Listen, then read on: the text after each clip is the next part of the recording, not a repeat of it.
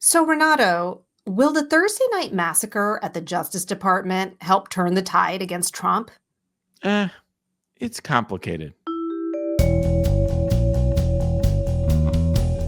I'm Renato Mariotti. I'm a former federal prosecutor, a practicing lawyer, and a legal analyst. And I'm Asha Rangappa. I teach national security law at Yale University.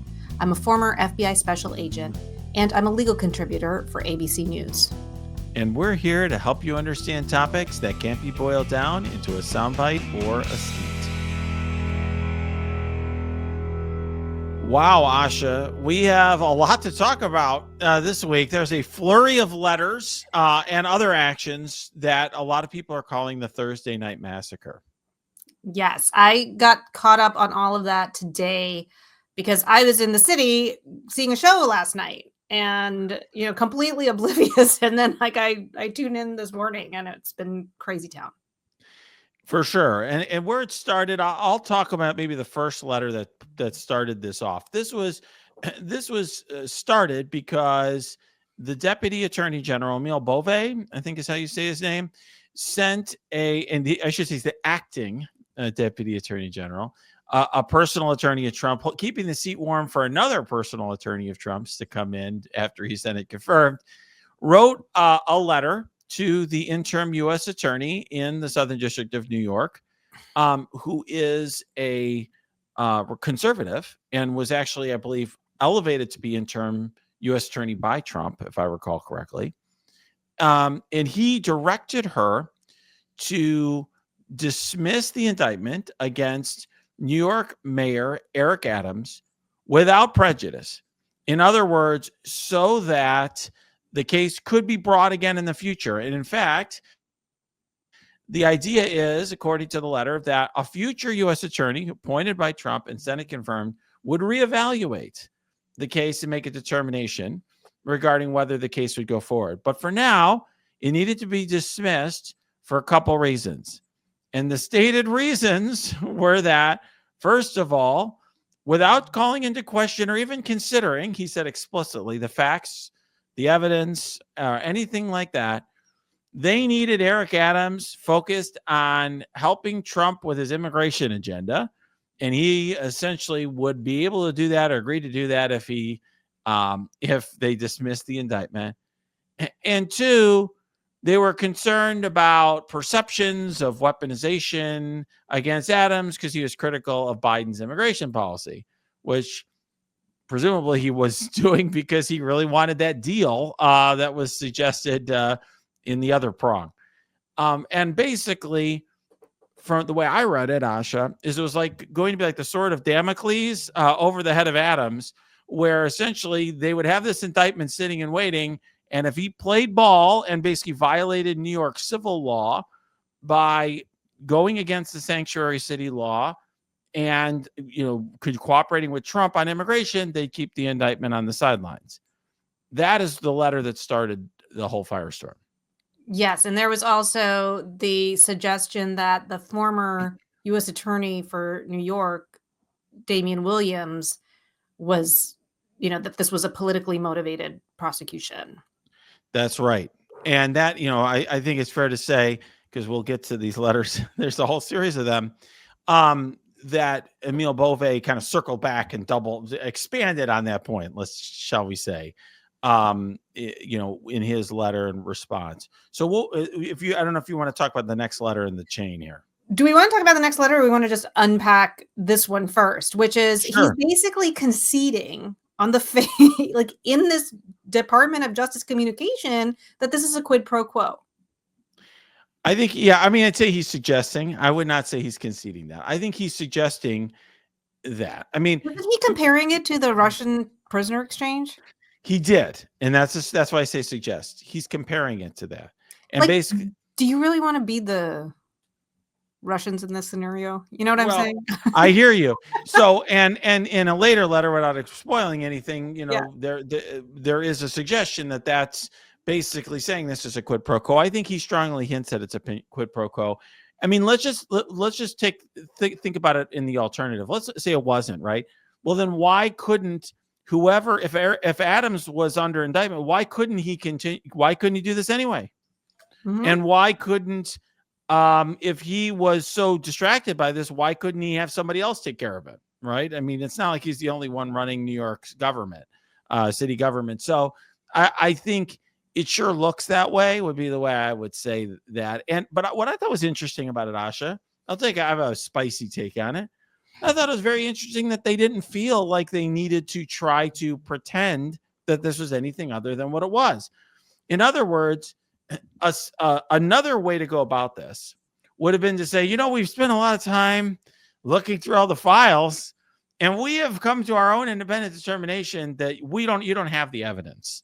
The evidence isn't good. We've looked at all this, the evidence, and we've just made that determination. So I'm overruling your take.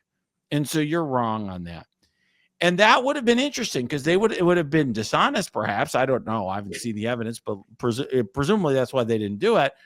But it's interesting because that would have been harder it would have been more fact specific. It would have been more murky. They did not do that. And perhaps to me, it was almost like a sign of whether strength or hubris. I don't know, but they basically felt like they could just say it out loud. Right. To do what you said might be the smarter thing, or, the one that tries to at least create some veneer of legitimacy, would be sort of similar to what they did when they fired James Comey. And they created that pretextual, when Rod Rosenstein created that pretextual letter that said, you basically, it was insubordination when you went rogue and gave this press conference and you departed from justice policy. And it created, everybody knew that that's not the real reason, but they were going to some length to create something that would be a plausible justification, and that they could hang their hat on. And I think what you're saying is they're not hanging their hat on anything here. And I don't know that it's strength or even hubris as much as, and this might tease our second block a little bit, a sense that they don't need to be accountable to anyone or anything. That's how I read it. We're just going to tell you what we're doing because we just don't, give a crap. Yeah. Just, like, in other words, there's almost like some glee and pride in the fact that they are able to kind of have this power or coerce. I mean, Eric Adams and the DHS guy are on Fox News laughing about how this is a quid pro quo, basically. Well, it's interesting, but I think that's just an interesting and under-discussed aspect to this, and that's why I brought it up. Because if you use the example of what Rod Rosenstein did, totally dishonest enabler, in my opinion. Another dishonest enabler is Bill Barr, and what he did around the Mueller reports the same thing. Oh, it exonerates him essentially, right, or whatever he said. They didn't have enough evidence. He made his own determinations, yada yada. I mean, that was a lie. He just lied about the contents. Yeah, he lied. It was an attempt to deceive. Yes. And that, but Bove didn't feel like he needed to do that. And I think it's interesting. You're right, Asha, that this administration has made a determination that we don't have to play this time. We don't have to pretend to go through the motions. We have the authority. He's the president, and we can just go out and do what we want to do. And he's got the authority to do it. And one thing that, Bove leans a lot on is, hey, he's the only elected person in the executive branch, and this is the will of the people, and so on. So I think it's interesting because it is provoking a reaction, and it is directly, you could draw a direct line between their decision to take those positions publicly and the reaction. If they had made it more complicated, I don't know if they could have or would have gotten the same result. It's interesting. Yeah. Bove is kind of a clown. So it's hard to say, what his goal is in doing this. If he's performing for Trump, if he's just kind of high on his own supply. But yeah, so his letter prompted a response from the U.S. attorney. Danielle Sassoon, which I think she spent a few days, and it's a very well researched letter and response, 8 pages long with case law.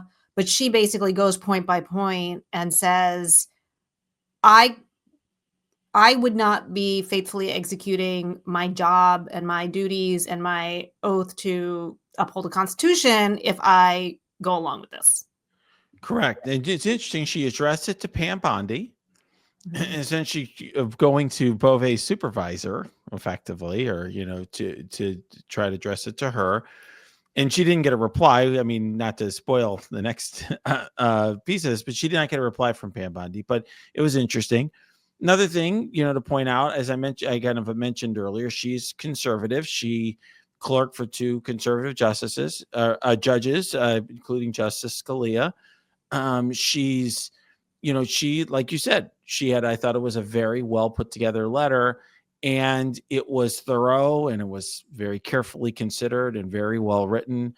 It definitely reflected well on her. And one thing that she cited throughout that letter, which I thought was very interesting, is a speech that I love, that I have cited a lot, by Robert Jackson, who was the Chief Justice of the Supreme Court, as well as the Attorney General of the United States, called The Federal Prosecutor, about what federal prosecutors should be. And it really talks about the importance of exercising discretion, prosecutorial discretion, in an appropriate fashion, because prosecutors have broad discretion. I think we talked in a prior episode about maybe we shouldn't like that as much as people have gotten excited about that over the last several years. But it was interesting because she repeatedly cited that letter, and sort of to turn to the to the next part in the chain here. Unless I think we're fine moving on to the next letter and talking about them as a pair. Yeah, is Emile Beauvais ended up being the one to respond, not Pam Bondi. She had a throwaway line at the end of her letter in which she said, and if you, I'm basically, she's like, I'm not going to do this. And if you're going to demand that I will resign, essentially. She kind of put that at the very end. He immediately, that's where he starts his letter. Okay, I'm accepting your resignation. Bye. And he tries to turn that on her by suggesting, like, hey, Robert Jackson wanted, a regulated federal prosecutor, and this is the one duly elected guy in the executive branch, and he's the one directing you, and you are substituting your judgment for the president of the United States, and so on and so forth. And it's very interesting because I think he tries to actually seriously grapple with what she had put out there. And I don't think he's able to do it because it's one of those things. There's a saying that, it doesn't write. In other words, you cannot coherently, write something on a page that makes those arguments. And I think it meets that criteria. Yeah. And just for our listeners, I mean, that whole idea that this is the duly elected president and you're just there as the expression of, his desires is really the final point of the unitary executive theory, that there's no independence. There's no, everyone is really just an expression of the executive power, which means that the law is whatever the president decides it is. And when you combine that concept with the immunity decision that, the Supreme Court put out, it means that there's also no bounds. In other words, there's no legal parameters that rein in the use of that power, even if it's for illegitimate ends. I'm not saying this is a valid theory or that it can't be pushed back on in another way by the Supreme Court, but I'm just trying to tie it to the real world implications of this whole legal philosophy that's been now in vogue in conservative circles for decades. Yeah, I agree with you 100%. And it definitely, there's a line that you could draw from the Supreme Court immunity decision to this action, because the Supreme Court immunity decision explicitly states that essentially the president has unfettered authority to, make prosecutorial decisions and to direct those sorts of decisions. And that really cannot be reviewed by the Supreme Court or even used as evidence against him. So that, that is perhaps what's emboldened them. But I think, it's an interesting thing, Asha. This is a tradition in the Justice Department that if you're asked to do something unethical, you resign rather than agreeing to do it. One thing, though, it does make the job of the Trump administration easier in a certain respect, because if she remained in place, they'd have to fire her, and they'd have to, I guess, state a reason for firing her, and they would have to go there. She has, due process rights and so forth associated with that. And instead, by resigning, it makes the job easier in a certain respect, even though I understand she's making a statement by doing so. Yeah, this gets to what we talked about friction, and it's a tough decision, I think. It's an especially difficult one here where that the goal is not just this one act, but that there is a larger goal of hollowing out the institution. I think that's what makes it different than the Nixon parallel. And maybe we can get to the Nixon parallel after we talked about the next step in this whole chain. But, in the Nixon situation, he was concerned about stopping the investigation into this one incident. I don't know that he fully had a plan to purge the Justice Department and replace all prosecutors across the country with loyalists to him. I'm sure he would have loved to do that, but I don't think that was the plan. And here we know that is the plan. And so when you resign, you're basically still furthering that. And I don't know what the right answer is here. I think she did the right thing. But it's hard because there is a much greater nefarious, long-term strategy here for the department itself. Yeah, I mean, you said she did the right thing. I mean, I think what you mean by that, and certainly what I believe, is she acted with pure intentions or good intentions. I don't know whether she made the right strategic choice or not. Yeah. And I actually would go even further. I don't think just that Trump wants to hollow out the institution and put his loyalists in there, but I think he wants to radically remake federal law enforcement. Mm-hmm. I mean, while today, as we are recording this podcast, which we are doing on Friday afternoon, the 14th, Valentine's Day, there are reports that the entire CFPB enforcement staff, all the attorneys, have been fired. The cyber unit in the SEC has been shut down. Prosecutors across the country are being rerouted to do border work. So we've talked already about how the Civil Rights Division now is going after sanctuary cities, right? That's their new purpose. So all in all, he's radically remaking. He doesn't want to do the FCPA anymore, which we discussed before. So kind of a radical remaking of federal law enforcement, and having these good, well-intentioned people leaving public service. And there's a lot of them. I'm getting a lot of resumes right now, an insane number. Yeah. But I think it's a problem, and it's a bad thing for our country. For sure. So let's talk about the next step here. So he accepts her resignation, and then he goes to some of the senior lawyers at Main Justice.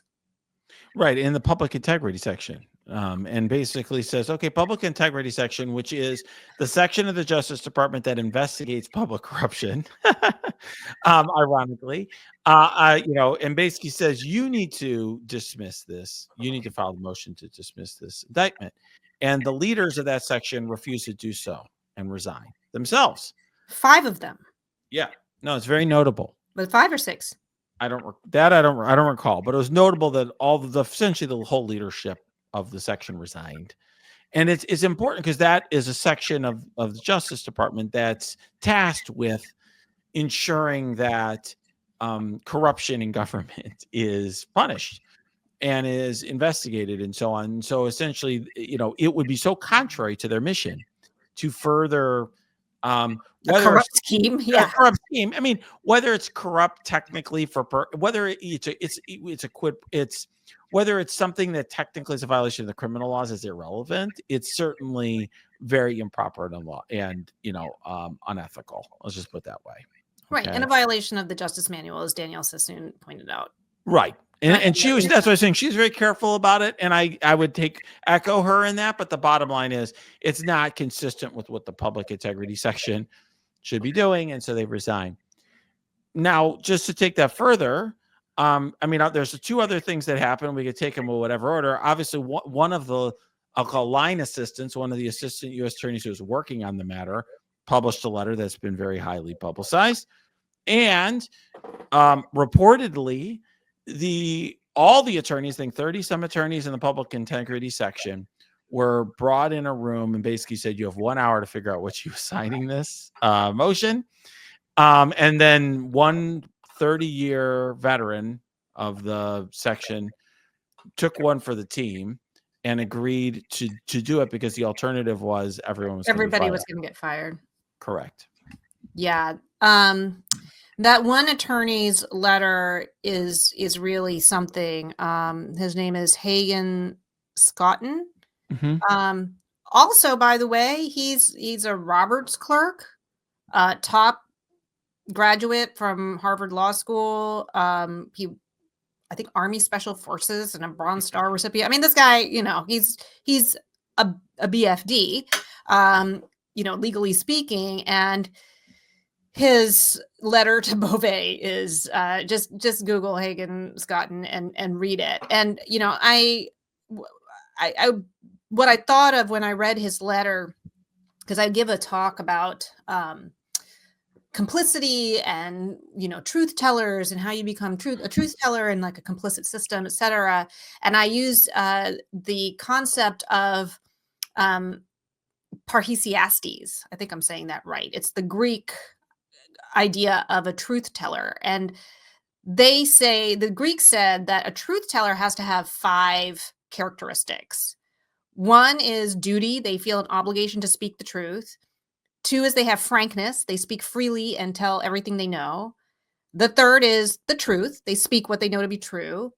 The 4th is criticism. They speak truth to people in positions of power. And the 5th one, this is really important, is danger. They speak out despite the risk to their own safety. And I feel like these series of letters are actually really embodying that ideal, like the ideal of the truth teller who speaks truth to power and takes risks and, does those things. So I think it's just important to put that out there in this time, that there are ways to not be complicit.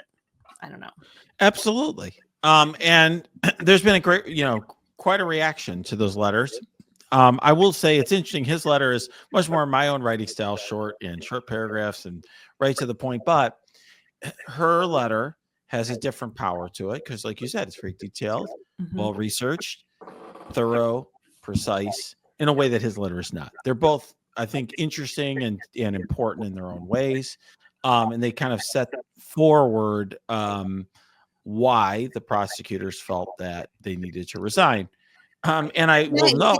Can I just read the last line of this? Sure. Like where he basically says to Beauvais, any assistant U.S. attorney would know that our laws and traditions do not allow using the prosecutorial power to influence other citizens, much less elected officials, in this way. If no lawyer within earshot of the president is willing to give him that advice, then I expect you will eventually find someone who is enough of a fool or enough of a coward to file your motion. But it was never going to be me. I was like, dang. Mm-hmm. Yeah. Yes, indeed. No, it is. It's great. I mean, I think it's really well written and it's powerful. Mm-hmm. I mean, the question is, where does this leave us, right? And what right? What does this do? I mean, I think we are starting to see a transformation at the Justice Department, and I think we are at a bit of an inflection point. Where are things going to go from here? We're starting to see a public accounting of this. I think there's more of an urgency. We've moved on from the news cycle of like, oh, wow, Trump is sort of remaking things and everyone's kissing Trump's ass, to, okay, there's something really serious and problematic here. And the mainstream media certainly picked that up.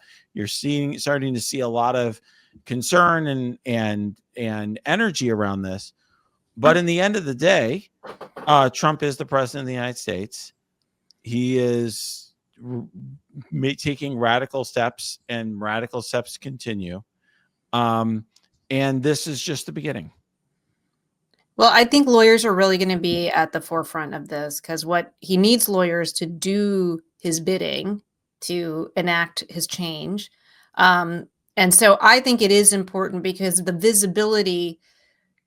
Aaron Zelensky, he was on Robert Mueller's special counsel team. I follow him on LinkedIn, or we're connected on LinkedIn, but he posted something. He said, it just stuck with me. He said, courage is contagious. And I think it is. Like, I think when people stand up, it gives permission for other people to stand up and resist and speak out and do all of those things. And this is why authoritarians, try to, they hate people who get out of line. There's always all these loyalty tests because it's very dangerous. One person speaking truth to power essentially can inspire, encourage, support other people to do the same. And let's just hope that these letters will pave the way not only for other people in the Justice Department, but as you said, I just read a Reuters article that law firms are stepping up to the plate after a few weeks of being kind of notably silent. They are starting to get in the game. I don't know how broadly, but I think maybe more than they were initially when they perhaps were a little bit cautious. Yeah, I think there's still a lot of caution out there. But there are some law firms that are stepping up. I do think, and we can talk more about this in the next segment, there has been some change amongst lawyers and some energy there that is changing as well. I do think that Trump is taking on a lot. He is not shying away and being incredibly aggressive. I think it's fair to say that the first 100 days of his second presidency may end up being, and this is really something, the most consequential first 100 days of any president in the United States history. Not in a good way, but I think very consequential in terms of having ramifications for our country and maybe for actual individual people in their day-to-day lives. Absolutely. People talk about let's say the first 100 days of FDR's presidency, and there's all this regulatory state created, but the destruction of more than that, not just saying, okay, CFPB, we're going to just gut you.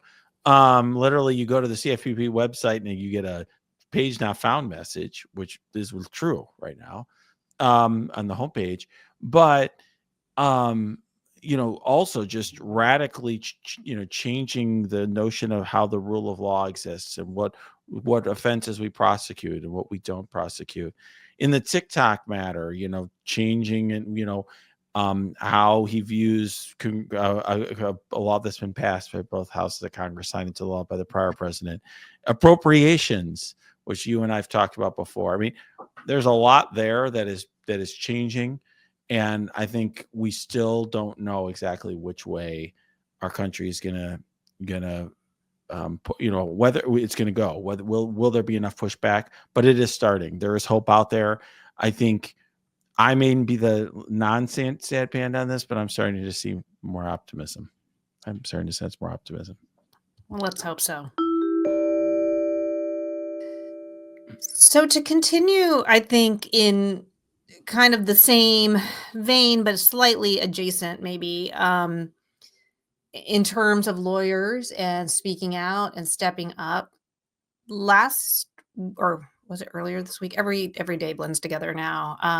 Earlier this week, earlier this week, it was on Monday. The ABA released a message that it's entitled "The ABA Supports the Rule of Law." It was written by William R. Bay, the president of the American Bar Association. I reprinted it on my Substack, and I also posted it on LinkedIn. It's a very, very powerful statement by the American Bar Association, and it was coming on the heels of J.D. Vance tweeting something about courts not having authority to, review the legitimate actions of the executive branch, which was a very, very alarming statement to make. I think he was making a very cleverly worded statement, which we can talk about, but the way that it was interpreted really augured kind of a dangerous path. One thing I will say, and I want to make sure I point out, I mean, this is another example, Asha, of one person making a difference. Bill Bay is a former law partner of mine. It's not, and I, I admire what he did here. This was not like they took a vote of every ABA member and made a decision. Oh yes, we're gonna, vote on what our views are. This is the leadership of the ABA saying we're gonna put ourselves out there at a time when there was a lot of divide, and it could potentially cause the organization to be seen even more partisan.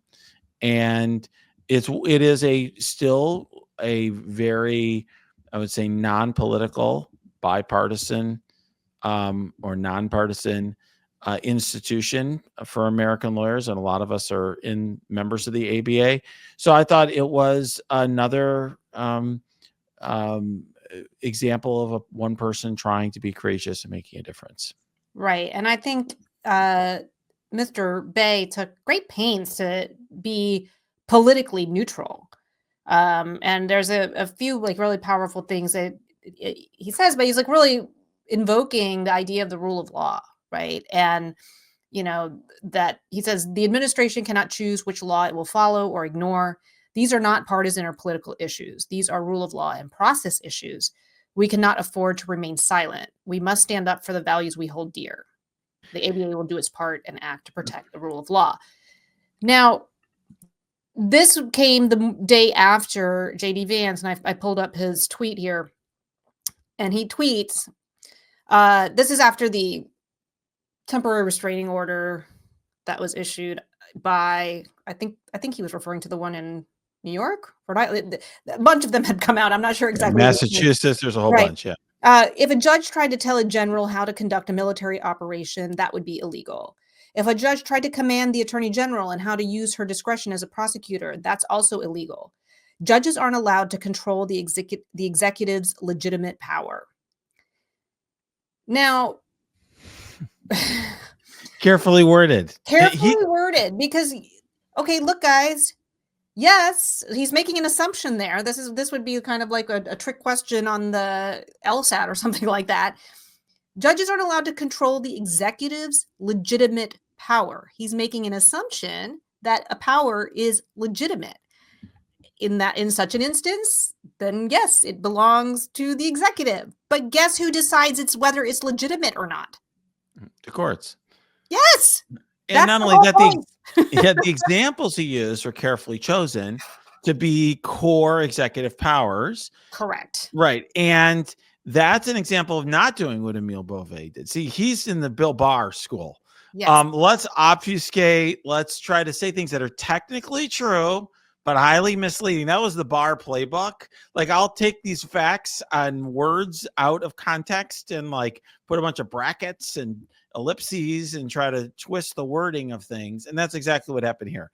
He took a couple examples out of context and tried to make the point that judges can't constrain the executive branch at all, and judicial opinions can't. Right. And it's just, I mean, I pointed out on Blue Sky, one of the most basic constitutional law cases about presidential power is the Steele seizure case from 1952.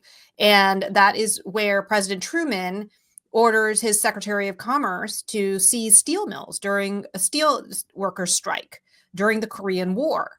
And he invokes his war powers. And guess what? The Supreme Court told him he couldn't do it because it was not a legitimate exercise of executive power. That was the whole point. They said you can't do this without congressional authority. And this idea that, but I think even though technically, he's skirting this line, he also understands how people are interpreting it. And your layperson reads this and they're not parsing every word like we are.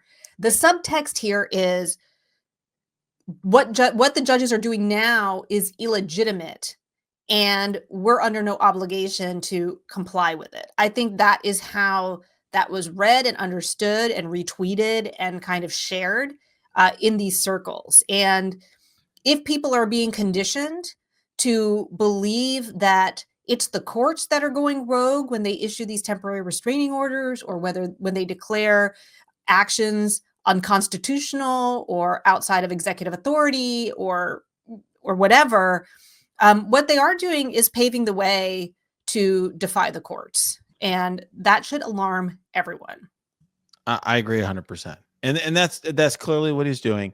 That's what I was trying to say when I was making the point about Bill Barr, where he would take words out of context and mislead. Mhm. And he, but there's no question JD Vance, who graduated from the Yale Law School, knows exactly what he's doing. He knows that he's taking these examples. He's trying to imply something far beyond those, and he's trying to mislead people. And that's why the ABA did this. I will note, by the way, that there are very legitimate reasons, both high-minded and practical, for the ABA to take that position. One, high-minded, obviously, as lawyers, core to our profession is upholding the rule of law, and that's something that is an important value in our democracy. Secondly, that is literally what the entire legal profession is built on. Could you imagine what are lawyers going to do if no one has to follow the laws? What's the point? If it's just about cutting deals with Trump and there's no laws that matter, you're not going to have a legal profession. So in many ways, Mr. Bay is not just, and the American Bar Association are not It's just their standing reason for existing. right. They're basically like not just standing up for high-minded stuff. They're like, hey, we all need to be employed. This is our entire profession here. So yeah. Yeah. But I mean, look, I think it's interesting, that he says this, and, that people, at least on the right, have kind of gotten on board. It becomes, we don't have to obey. And he said that, I think, even when he was, before he ran as vice president, I think there was an interview where he invoked Andrew Jackson.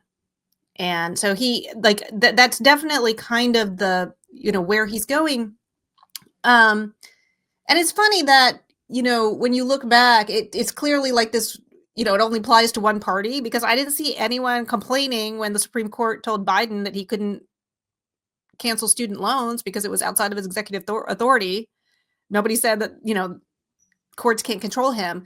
But now it's become this convenient line. And I mean, I'm curious, like, how far along that path you think we already are. I mean, and I know we've been in discussions with some other colleagues of ours where there's some debate on, that they're still, to connect this to the first segment, that at least on the court front, they're still doing the kabuki dance of pretending to comply or pretending to care. Right. You and I spent some time in your office hours for your Substack talking about this, because you were in a particularly sad panda mode. It was great. It was a great change of circumstance where you were sad panda and I was the optimist. But I made that point, right? Because that was part of my view of this, is that it's interesting. See, I find it's interesting what Trump and his folks do. Like, I think it's interesting to see the things that they're willing to do and things that they're not. And, I thought, like, just like in the last segment we talked about, I thought it was interesting that Bove didn't think he needed to lie about what the rate and sort of create a cloud around what happened. I think it's also interesting right now they're playing the game in the courts. They're not going to the courts and just saying, screw you, we're not going to bother. You could issue orders, they don't mean anything. They're not doing that.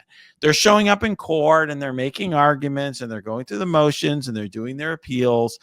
They're playing the game and they're following the format, and they believe that right now they can't just completely defy the courts. And there are Republicans who have made clear, particularly after the vice president's JD Vance's comments, that they do not believe that we should justify the courts. And I think, Asha, there are at least 3 or 4 Republican senators that have that view, and that could create a problem for the administration, because they need those senators to get nominees confirmed and to get bills passed and so forth. Right. One of those senators was Josh Hawley.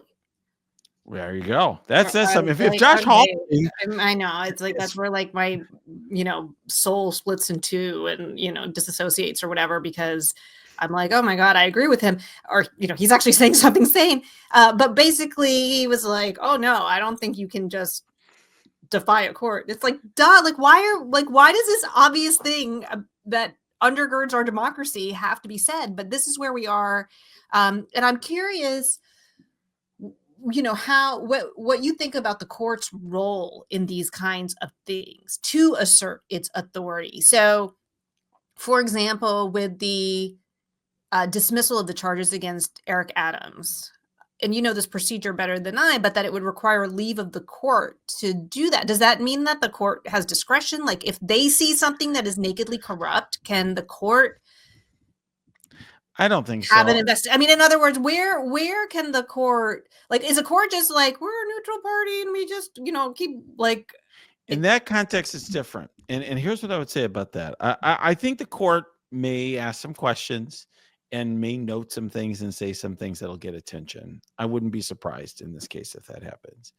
But I think if you look at the case law, if a prosecutor wants to dismiss, the judge pretty much has to go forward with that. And the defendant still has constitutional rights, for better or worse. I mean, in other words, if you think Adams has broke the law with this deal with Trump, then you have to deal with that separately. The bottom line is he does have constitutional rights here. And it will be very hard pressed for me to see what the reason would be why a judge wouldn't grant the dismissal. Would create a lot of issues. What if Eric Adams literally handed a stack of cash to the U.S. attorney in front of a judge and was like, thanks for dismissing the charges? And then the court, in other words, if that's a JD Vance example, you carefully worded it in front of the judge. Yeah, the judge has inherent authority within the four corners of her courtroom or his courtroom. That's different. Okay, so they do it outside in the hall, and the judge is not going to take that into account. Yeah, if, for example, the judge hears evidence that this is the result of a bribe, a judge is not a prosecutor. Their job is not to investigate crimes. No, but then the judge could be like, I can't dismiss this on this, like, it's then the reasons that are being presented to me are not, they're not true. How does a judge? No, but what's happening is that the prosecutor is just saying, I move to dismiss. I have the authority to dismiss. I'm moving to dismiss. Third party X comes in and it's like, wait, I saw them out in the hallway doing XYZ. I would say, a judge can make a referral to the U.S. Attorney's Office and say, I've heard this in the courtroom or whatever. I've heard, someone has brought this to my attention, but is a judge really going to conduct her own investigation or his own, in this case, it's his own investigation and determine herself or himself that I have determined that there's something corrupt here? And what's the authority for that? If there were a jury trial and there were reports that came in that a juror had been bribed or, tainted in some way, they would. That's different. That's this judge has it's part of judicial authority to conduct the trial, and they have a constitutional responsibility to ensure due process. Right. And I'm not talking about investigating the bribery thing. That's not the crime. Right, I'm asking at what point they can use a nakedly corrupt, filing and be like, I'm not going to do this right now, or I'm not until I get to, or I don't think it'll be understand that this is done in good faith, like that this is not a corrupt action. Like I'm not going to be complicit in something that is a corrupt action, because so a nakedly corrupt thing would be like an agreement that's entered into the docket that says, in exchange for doing XYZ, we're going to dismiss this without prejudice or whatever, and that sort of thing. And if you ask the judge to approve that agreement and withdraw it on that basis, that would be one thing. But I don't think that's what's going to happen. There's going to be a motion, a bare bones motion that says the United States is determined that it is no longer going to proceed. And by agreement, the parties agree that it should be dismissed without prejudice. So that's all it's going to say. And the judge doesn't really, like, what's the judge do? Have some investigative authority to be like, conducting an investigation? That's just not what the judge should do. That's not the judge's role.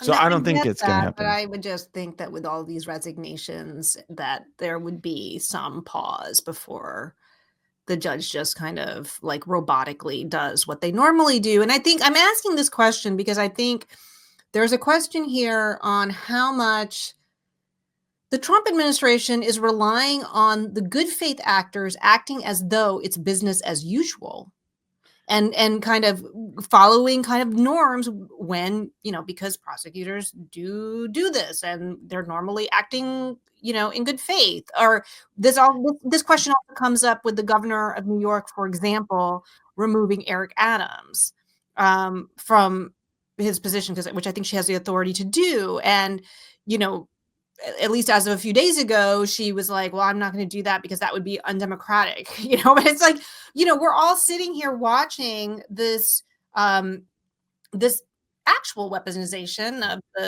the rule of law to benefit, political aims.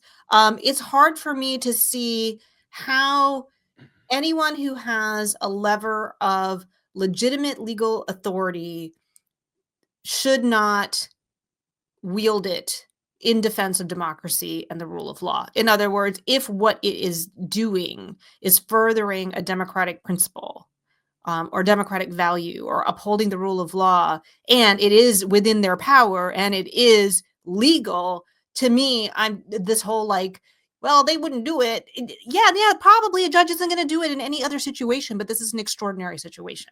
Yeah, but what you said is if the judge has legitimate authority to do it and they're doing it to uphold the rule of law, the whole point of the rule of law is that the judge acts within the four corners of his or her authority. And here, if the judge decided that he was going to conduct his own investigation of this, that would be I'm not outside asking of his to authority. conduct the investigation. I'm saying, can he refuse to grant the dismissal? On what grounds? I mean, I don't see how he could just do that based on what. Like, I don't think he has the basis to do that. So I think that if the rule of law means something, judges need to act in accordance with the law, period.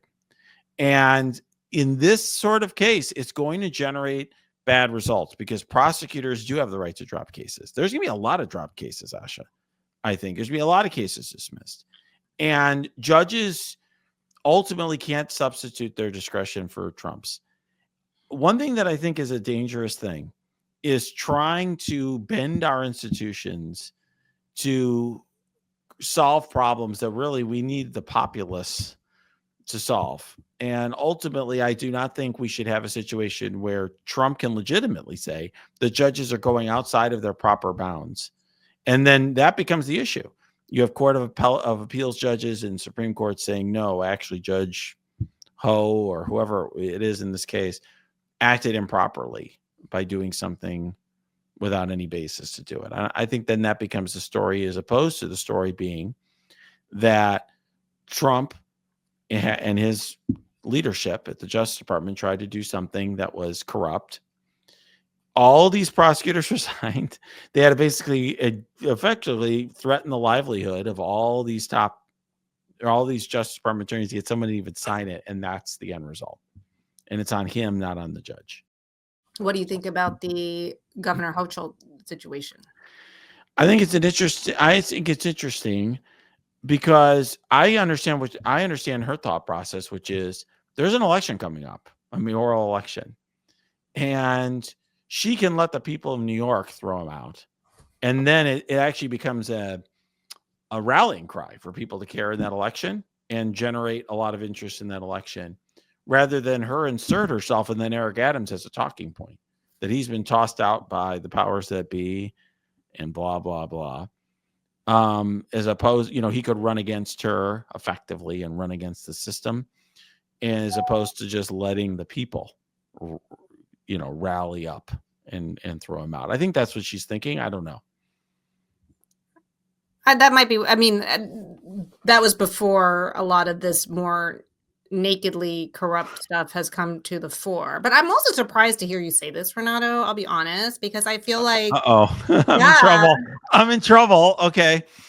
yeah, because when we were talking about the Jack Smith case, as he was wrapping up, I feel like you thought, maybe I'm misremembering, that you thought he could or should dismiss the charges against Nauta and De Oliveira in order to allow the release of volume 2 of his report, because there would Right. not no That's the best longer one. be, and that would be something that, normally wouldn't happen in the normal course of business.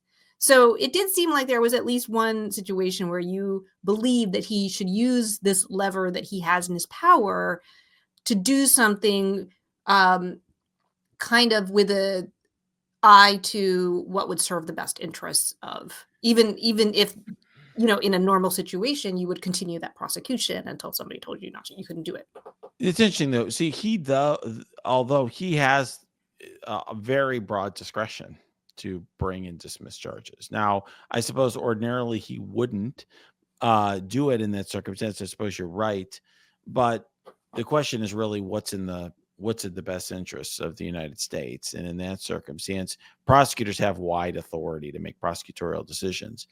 Here, the difference is a judge who doesn't have the authority to make prosecutorial decisions, observing, a lot of public reports that indicate that something corrupt is going on, and doing something that they don't actually have And being authorization to do. complicit in it. I don't think so. I don't think the judge is going to be complicit here. In fact, the judge I suspect the judge is going to ask some questions of the attorney who shows up for the Justice Department, whoever that may be. I also think the judge is going to probably make some comments. Like, for example, I'll give you an example. Judge Amy Berman Jackson and many other judges in D.C. dismissed cases of January 6th defendants who they thought were reprehensible, but they did so because they received pardons from Trump. And some of them actually gave comments saying, this doesn't change. I think Amy Berman Jackson wrote a very eloquent order about how this doesn't change, the violence against law enforcement and so on. But at the end of the day, she dismissed, and all those judges dismissed because that's their job. That's their role. Okay. Well, I don't know. I feel like I just disagree with you on this. I mean, if, Aileen Cannon is over there in Florida, like literally making up her own, body of law, unicorn law, where she creates special masters and, the civil lawsuits against the prosecutor. I wish I could file those in every one of my cases. Like she's literally making stuff up. And, and I guess we have just lived with it. But I think that in this case, I think whether it's a judge or the governor, these are facts on the ground, and I think it ought to inform how they exercise their power. I do think that what the governor does is different. I think the governor is more, her decision is more, that's just, she has the power to do that. And the question is, does she exercise it? And that is a political decision in many ways, probably for her, or what she thinks the right thing to do is. And I don't know the answer to that, but I think that's different than the judge scenario. That's my take on it. Okay. So Asha, 2 weeks ago, so Asha, before we go, a couple weeks ago, we talked about the Super Bowl. Did you watch it, at least for the commercials, the halftime show, or anything? I watched nothing. You did not watch the halftime show? No, I was working on my taxes. I was pretty into the weeds and details of things I was doing. Your taxes, it's February, right? They're not due till April. I know, but I don't know. I'd have to get a lot of things organized. Oh my God. So now the halftime show by Kendrick Lamar was the most transgressive halftime show we've ever had at the Super Bowl. Okay. Did you didn't see it. Do you know who Kendrick Lamar is?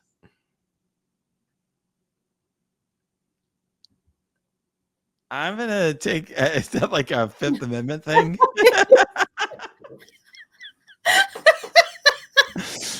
Oh my god! Oh my god! So like his whole beef with Drake and all the song, like Not Like Us and Euphoria, and all, you didn't know any about No, any I of don't that. know any of this drama. Well, there's a beef between Drake and Kendrick Lamar, and Okay. Kendrick Lamar absolutely devastated Drake with some very big These are songs, hits. singers, They are rappers, rappers, hip hop artists. hip Well, hop I artists. think part of his Kendrick does not think that Drake is actually a rapper. Like he's Okay. like, I like Drake better with the melodies rather than when he's acting Okay. tough. I don't think he Okay. thinks he's a real black guy. I don't think he's Oh, got a lot of opinions. okay. So he accused Drake of being a pedophile and a lot of other things. And he wrote a Wait, not song during this about is like a long time ago, not during the halftime show. during the halftime show. What? Oh yeah. Oh, okay. Oh, you missed a I lot. should have watched this. Okay. Yeah, Not Like Us was like the biggest hit of the year, I think. It won Grammy. It was a big Uh-huh. deal. And Kendrick's got like a whole, I mean, he's really got a lot of powerful views. I mean, he's sort of in the Malcolm X tradition, maybe, about his views in the Okay. black community. So in any event, he had a halftime show that was very a critique of white America, I would say, and Okay. also really, I mean, was sort of finished off Drake. And he actually had Serena Williams, who's Drake's ex-girlfriend, does not like Drake very much dancing. And she did the crip walk to sort of, it was the whole thing. So, Oh, okay. All right. and How you was it missed all it all. received? I did miss it all. It was very divided. I mean, Trump looked he was scowling during the whole thing. A lot of the Republicans are like, this is DEI, in action. And it was a very split, but a lot of, I mean, I would say music critics thought it was great. I mean, Kendrick's very well received. He's won a Pulitzer Prize. I So don't think people we pretty. can stop for a second. What is DEI? Like, so rappers now can't be black? That's No, they're DEI? everybody was black. All the dancers, everybody was black because he was partly making a statement. I Everybody mean, was in honestly, prison. what There was a prison garb, red, white, and blue. He had Uncle Sam, Samuel L. Jackson is Uncle Sam. He did a whole thing. but I feel like in the arena of hip hop and rap, like it would be white people who are DEI. That's actually the point. There's some great like social media statements from black people who are like, yeah, we don't have any DEI. That's why there's no white people in the performance. It was great. It was, like I said, you missed the whole thing, I like a did miss whole the national whole moment, thing. a I whole national did. moment. I did. I was just trying to check out from like I needed to just be ensconced in my Banktivity spreadsheets. You missed it. You missed it. Well, maybe next year. Thank you for filling me in though. Indeed.